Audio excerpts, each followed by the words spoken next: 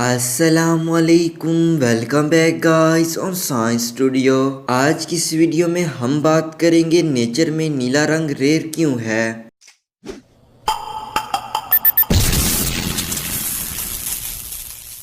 آپ روزانہ کی بنیاد پر بہت سے جانور اور پودے وغیرہ دیکھتے ہوں گے۔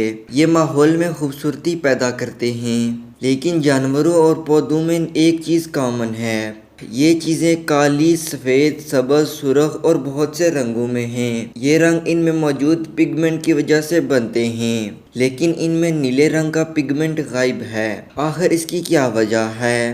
ممکن ہے آپ نے کچھ پرندے نیلے دیکھے ہوں، لیکن اس کے بہت زیادہ چانسز ہیں کہ یہ آنکھوں کا دھوکہ ہو۔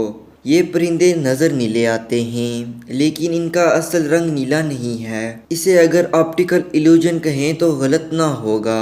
ان پرندوں کی کھال پر ایسے سٹرکچر ہوتے ہیں جو سارے رنگوں کی روشنی جذب کر کے نیلے رنگ کی روشنی ریفلیکٹ کر دیتے ہیں۔ سکرین پر نظر آنے والی تتلی اس آپٹیکل ایلیوژن کی بہترین مثال ہے۔ یہ تتلی دکھنے میں نیلی نظر آتی ہے، لیکن اگر اسے مختلف زاویوں سے دیکھا جائے تو اس کا رنگ تبدیل ہو جاتا ہے۔ اگر آپ اس پر الکوہل کا قطرہ ڈالیں تو اس کا رنگ سبز ہو جائے گا۔ قطرہ سوکھنے کے ساتھ اس کا نیلا رنگ واپس آ جائے گا۔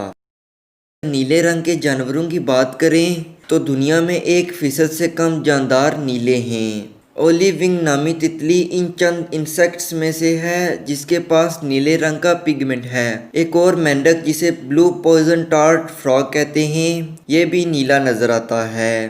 نیلا رنگ ریئر ہونے کی خاص وجہ تاحال معلوم نہیں ہو سکی ہے۔ آپ کے ذہن میں ایک اور سوال آئے گا، کیا آسمان اور سمندر بھی نیلے نظر آتے ہیں؟ تو انہیں اس کیٹیگری میں کیوں نہیں گنا جاتا؟ یہ دونوں چیزیں صرف نظر نیلی آتی ہیں۔ اس سے ثابت ہوتا ہے کہ نیچر ہماری آنکھوں کو کس طرح دھوکہ دے سکتی ہے۔